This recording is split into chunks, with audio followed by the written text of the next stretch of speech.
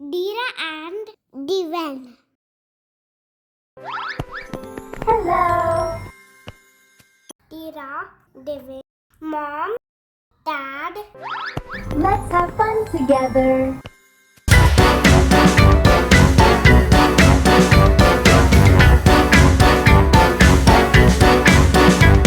அது ஒரு அமைதியான மதிய நேரம்.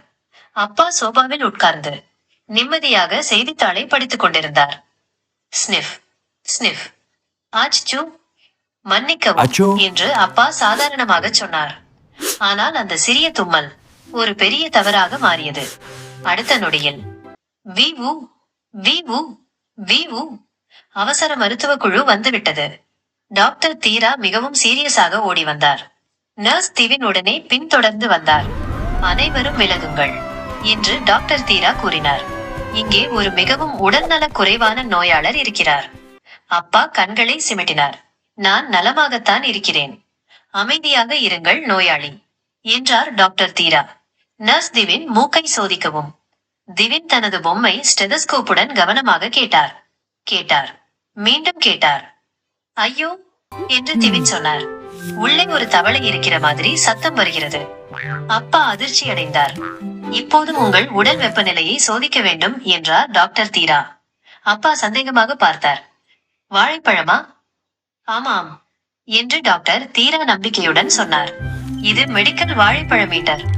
அவர் சீரியஸாக தலையசைத்தார். உங்களுக்கு ஜங்கல் காய்ச்சல் இருக்கிறது.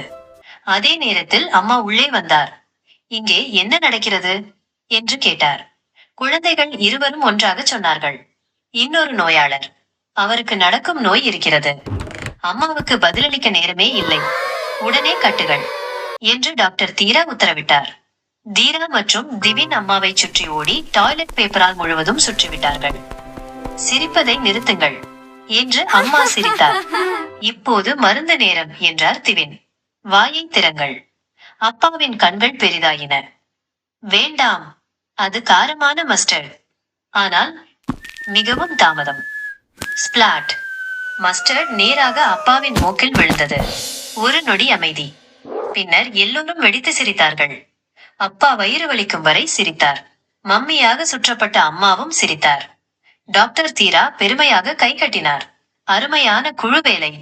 நர்ஸ் திவின் தலையாட்டினார். மொத்தம் $5. தயவு செய்து. அப்பா அம்மா இன்னும் அதிகமாக சிரித்தார்கள். அப்படியே அந்த மருத்துவமனை மூடப்பட்டது. நீதி. சில நேரங்களில் சிரிப்பே சிறந்த மருந்து.